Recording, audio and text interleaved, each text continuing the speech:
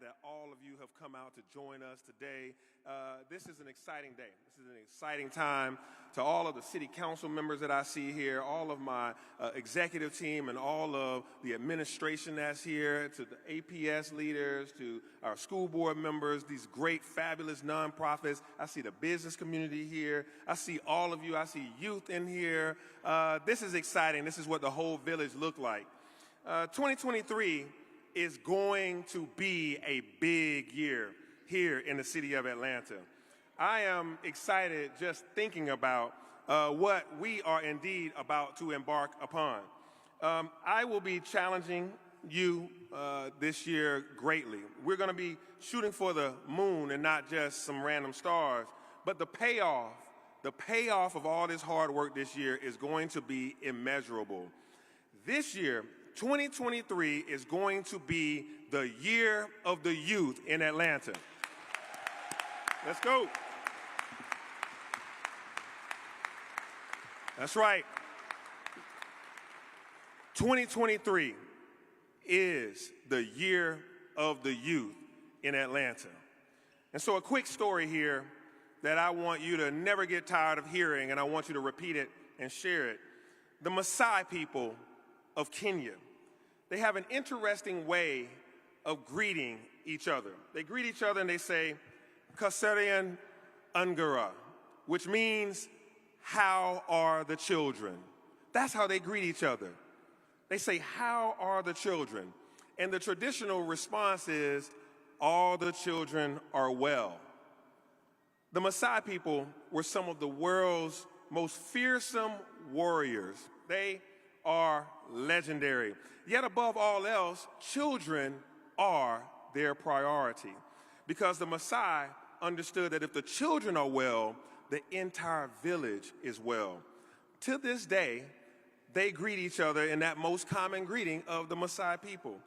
So doesn't that send a very powerful message?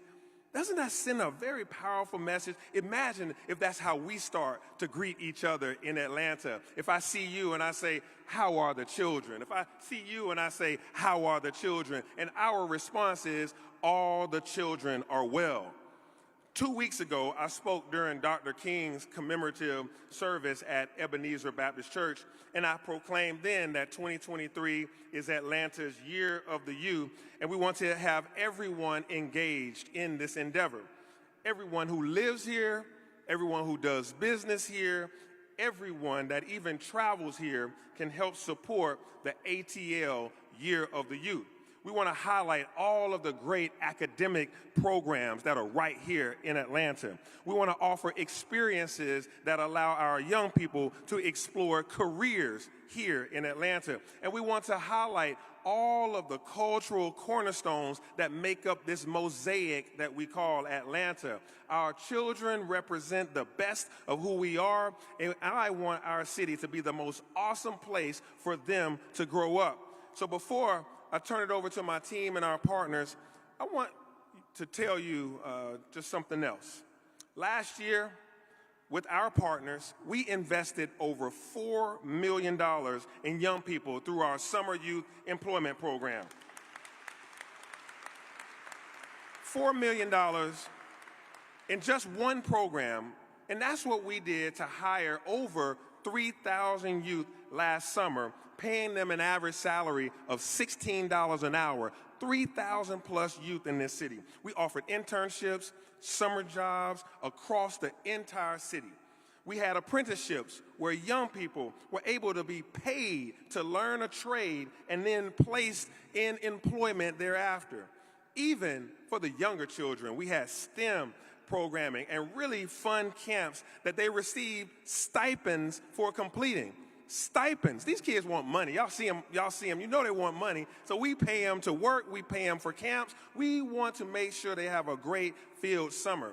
Last year I visited elementary schools, I visited middle schools and high schools and spoke directly to students across this country. In fact, some of my friends from Burgess Peters Academy are here. Wave your hand, say what's up. Okay, some of them are here. So Dr. Heron, I hope you give them a excused absence today and make sure they count this as a field trip. Don't count them absent.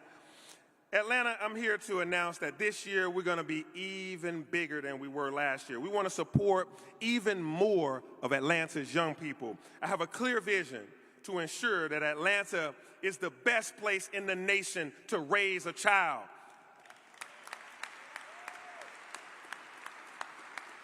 That's right.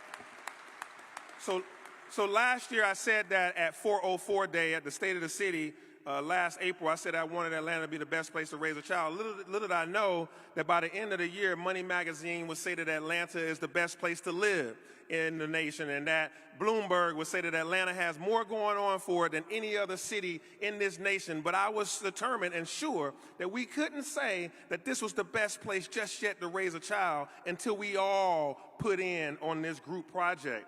And so this vision is clear. And the mission is to systematically remove all barriers so that Atlanta's young people can thrive. So this is me leaning in and also leaning on each of you. It's the year of the youth, and we're starting with the youngest of all of us. We know that we must start early, engaging our youngest residents and families who take care of them. So our partners at Gears are here, and they're managing the $20 million Early Childhood Education Initiative, and that initiative is almost fully funded. $20 million was the goal, and we're almost there. The early childhood investment includes micro grants for capital improvements, literacy training for parents and educators, and support for classified workers that are dealing with our 0 to 3 population.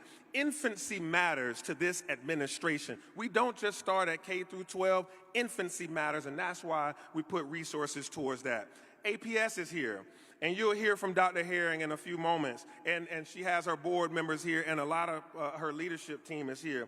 APS staff and parents are working really, really hard to make sure that every student graduates ready for college, career, and life. And we already got a head start. Last year, APS announced that they had an 84% graduation rate. That's the highest it's ever been. Shout out to APS.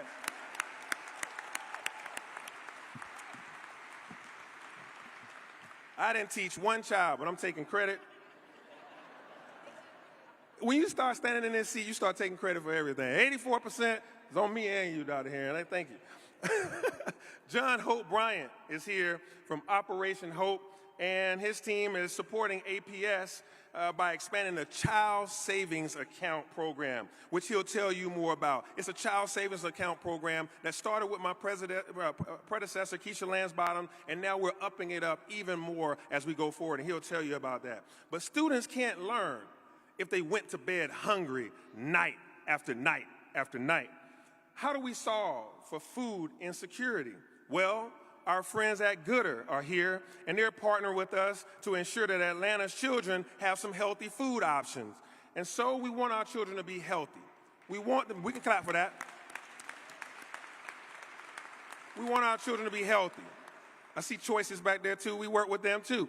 We want our children to be healthy, want them to be safe, we want them to be smart, we want them to make sure that they are skilled, and we also want them to have self-agency and self-esteem. So I know that you're thinking, and what will the children do when they leave school after the bell rings? What's going on in after school? Well, I'm glad you asked. We're creating a collaboration of after-school program providers, and they will provide safe spaces and programming for Atlanta's youth at low to no cost. Our parks and recreation centers are going to be open, partnering with Boys and Girls Club, YMCA, the At Promise Center, and revving up programming with other nonprofits that are all with us here today. Thank you all for being here, because after school also matters when your parents are still working and kids need a safe space to be in. As you see, with all of us here today, that it's true that I don't draw lines, I draw circles. I like to draw circles to bring people in, and as this circle keeps getting bigger, since I've sworn in just a year ago, this circle is getting bigger and bigger and bigger till that day that we can say all the children are well. So before we move on, we did have one challenge that we couldn't solve. How do we empower the community-based organizations that are already on the ground doing the right work and removing barriers for our children. There's so many wonderful nonprofits. I just see each and every last one of you, and you're already doing work. You're already engaged. You already have a dedicated student population that you're serving. Well, that's why my good friend Nancy Flake Johnson, the CEO of the Urban League of Greater Atlanta, is here. Last year, I created the Youth Development Grant Program with these fine folks right here, and Urban League joined us to serve as the program administrator.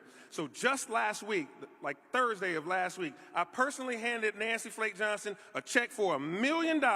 And that $1 million, that's right, clap for $1 million. I think that was my first time actually holding $1 million. So I handed her a check for $1 million. And that check is for you to distribute to these nonprofits that are already on the ground doing that work. And that's those folks that have applied through our youth development grants. And so now we're going to see those things roll out. Nancy's team is also providing them orientation and technical training for the first cohort of grant recipients. Those organizations are represented here today. Please stand up so you'll be recognized. Soccer in the Streets.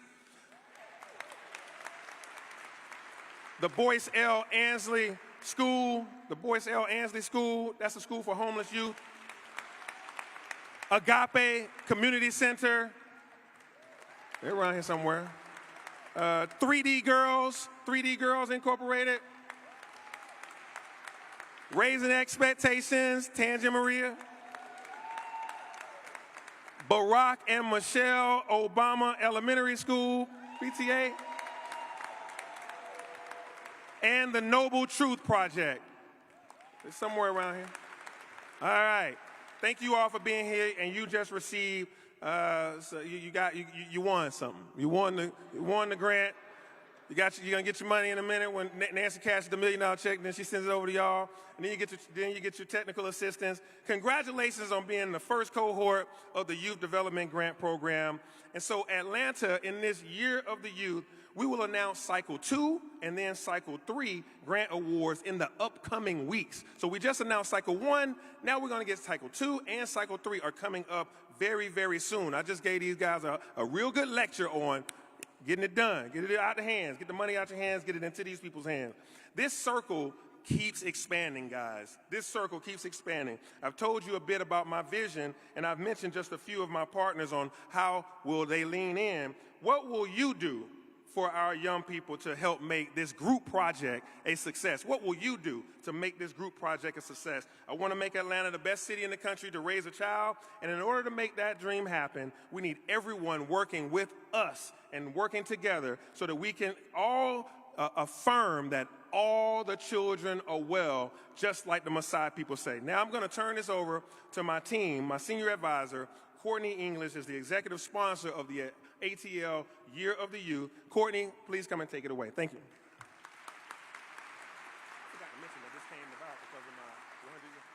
I forgot one thing to mention. You going to mention it?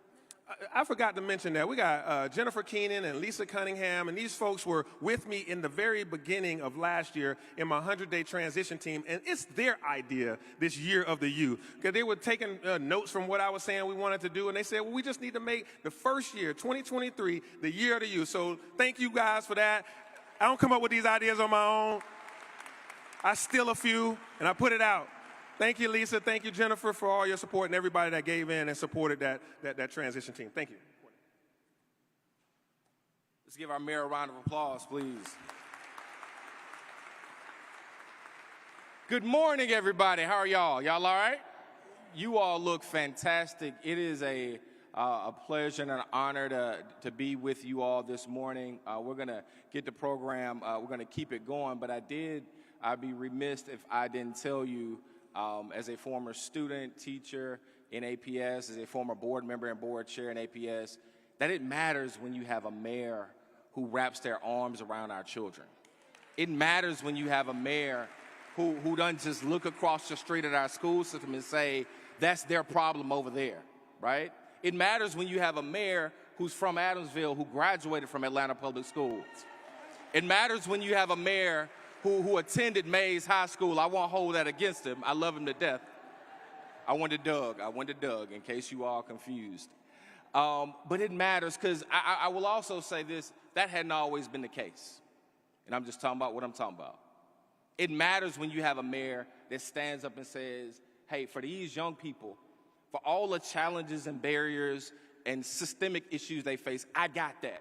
So that Dr. Herring, my friend Ishay Collins, her board chair, all the teachers of Atlanta Public Schools can walk into a classroom and do what they need to do without worrying about food or health care or transportation. That matters.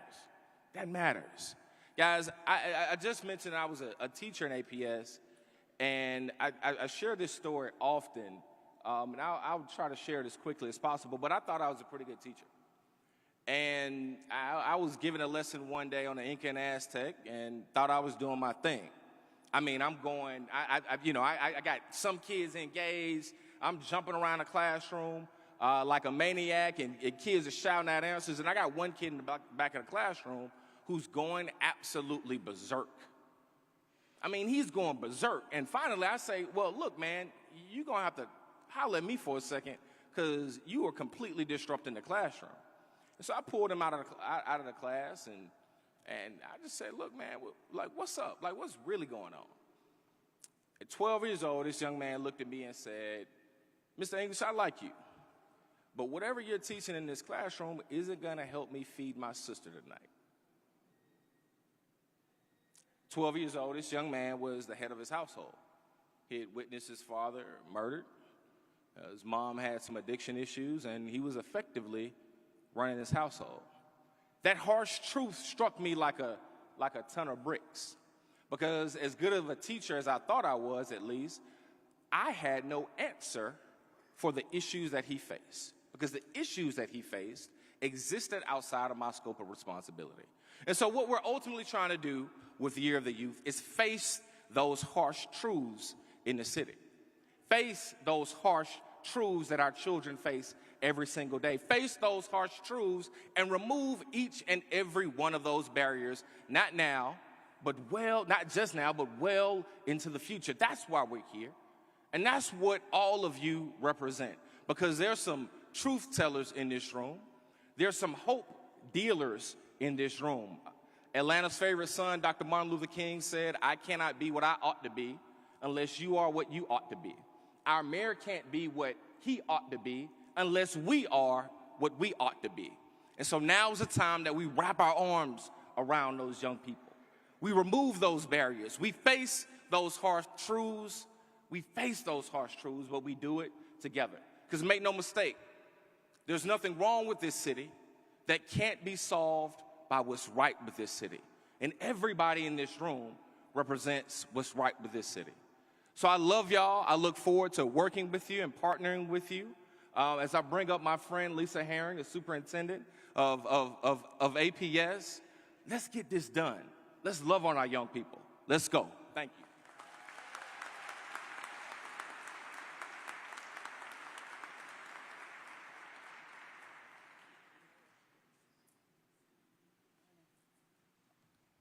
Good morning. I'm sorry, it's a great morning. Good morning. Good morning. To my dear friend, Courtney English, to Janine, and of course to our mayor, Mayor Andre Dickens. Could you please join me in applause?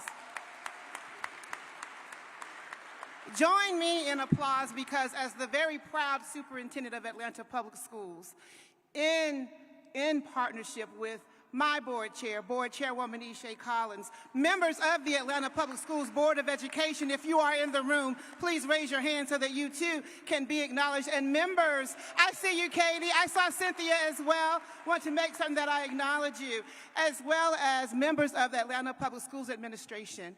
For the nearly 50,000 scholars who cannot be in the room with us, and the 6,000 employees who are a part of the Atlanta Public Schools workforce, Mayor, the preacher's kid in me has to do this for us to echo the practice of what we will be doing by the close of 2023.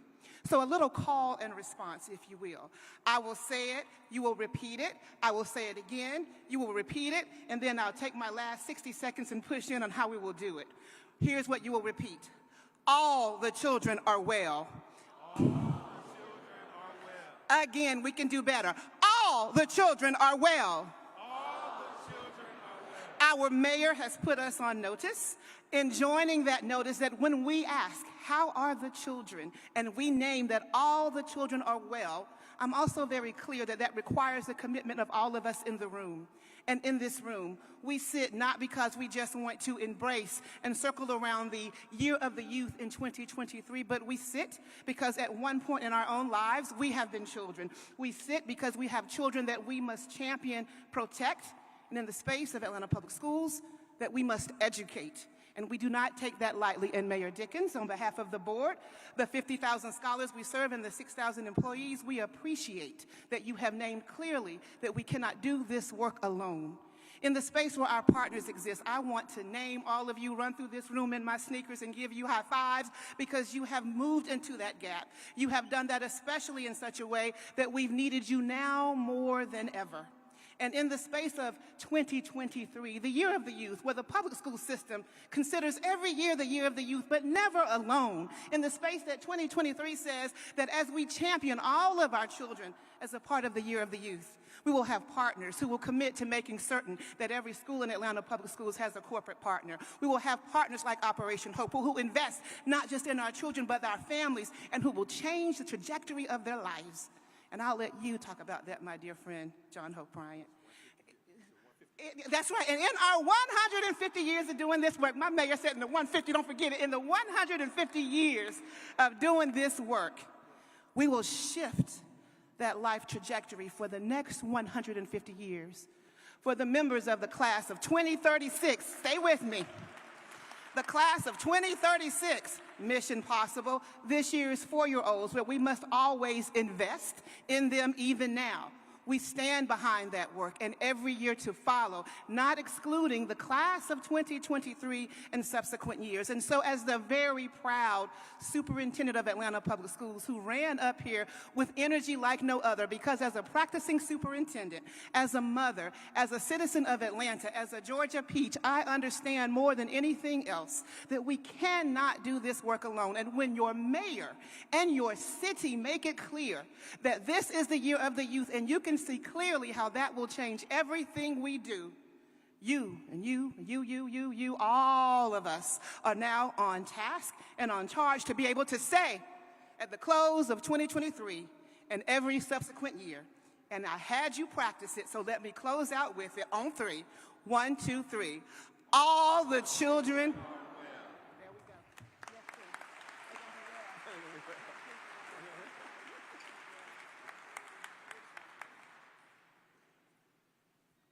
Good morning. My name is Janine Lewis, and I am the Senior Director of Youth Engagement. This is a great day. I'm going to serve as your mistress of ceremonies for the rest of the morning, and I'd like to bring up one of our first partners for the ATL Year of the Youth, the CEO of the Urban League of Greater Atlanta, Ms. Nancy Flake Johnson.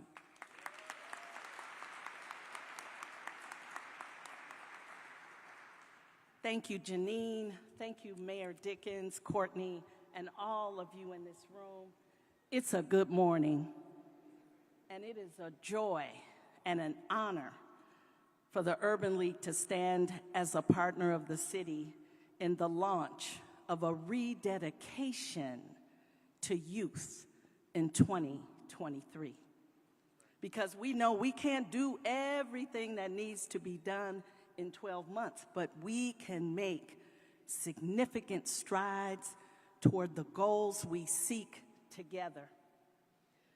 While there are many of us that dedicate every day of our lives to bettering our children's futures, folks, it's just not enough. And we know it's not enough because there's persistent and widespread poverty, struggle, gun violence, mass incarceration of Black and brown youth and young adults, and too little hope. But we have bright spots to celebrate, and we are here because we have to embrace those conditions exist in order to move us forward for positive change. For all that Atlanta and the state of Georgia are and offer, our state is ranked #1 for business for 9 consecutive years. That's a good thing, y'all. Yes, it is. But we also rank in the top 10 states for poverty. Reconcile how we can be #1 for business and rank almost #1 for poverty. There is a disconnect between what's happening in the state house and what's happening on the ground with our families and our youth. The state of Georgia also ranks #1 for something else, and it's mass incarceration. Per capita, the state of Georgia incarcerates more people than any democratic country in the world. This is the state that's #1 for business. We need to be #1 for the children, right? We need to be #1 for our citizens and our small businesses in our neighborhoods and our communities. And then we will achieve our goals. Because of these and other conditions, we have the greatest income inequality, and we are one of the most challenging places for economic mobility. And we believe, as Mayor Dickens does, that we can, we will, and we must do better by youth and families in Atlanta. So to do so, we must understand that a lot of the struggles and the crime and the violence that we see has root causes. It isn't going to change with simply increasing incarceration sentences and building more prisons and being harsher on crime. We know we don't want crime in our communities, but you have to get to the question, why are so many of the people having to turn to desperate behavior and being plagued with mental illness? It's the conditions that are present. So with Mayor Dickens leading the way with the launch of the Year of the Youth, a rededication to youth and families, we are grateful to administer the Mayor's Youth Development Grant Program and work with these amazing grassroots, on the ground, doing it every day organizations that we respect and honor by investing more in their work. Because more of our children need what you have to offer and that you bring. So the League brings our 102 years of experience administering programming for youth, adults, families, and small businesses, and we bring and will share that experience with every organization that needs to build their capacity so they can learn more and get bigger grants and serve more of our children. Our mission directly aligns with the Year of the Youth. We exist to meet people where they are, to evaluate their needs, to equip them with what they need, to tap into their talents and dreams and help them thrive. And you are invited to join us. After all, isn't that the Atlanta way? In closing, the Urban League commits, just in the early stages, that we are going to be one of the city's most significant partners. We are here to continue our collaboration with WorkSource Atlanta and Atlanta Housing with our Youth Build program. Folks, if you have 18 to 24-year-olds that don't have a GED or high school diploma, they have an interest in nursing, IT, or construction, send them our way. They will be on their way to livable wages and beyond in good lives. We will continue our partnership with our Young Adult Reentry Program and Atlanta Technical College and the city to support young people that have already been connected to the juvenile justice system but have a second chance to embark on a life that they deserve. And we will continue our work with the Atlanta Public Schools and our Project Ready College and Career Program to ensure that students graduate on time, ready for college careers and life. And we will continue our work with the Guaranteed Income Program that provides $500 a month to low-income families. That helps the children. And finally, we anticipate there will be many, many more opportunities for collaboration with the city and you and all of you. So please know, Mayor Dickens, you have a steadfast and committed partner in the Urban League of Greater Atlanta. We know that the launch of the Year of the Youth is just the beginning of our work, and we will do this work together. I want to give a shout out to the Urban League of Greater Atlanta team. If you all will jump up, if you all have any needs, emergency assistance, employment opportunities, housing, jump up, y'all. Don't be shy. You tapped into one of those awesome professionals who are committed to this work. The time is now. You are the leader for this moment. And thank you for standing on your promise of creating circles, because it's working. And we will achieve and be able to say authentically in the future, all the children and the families are well.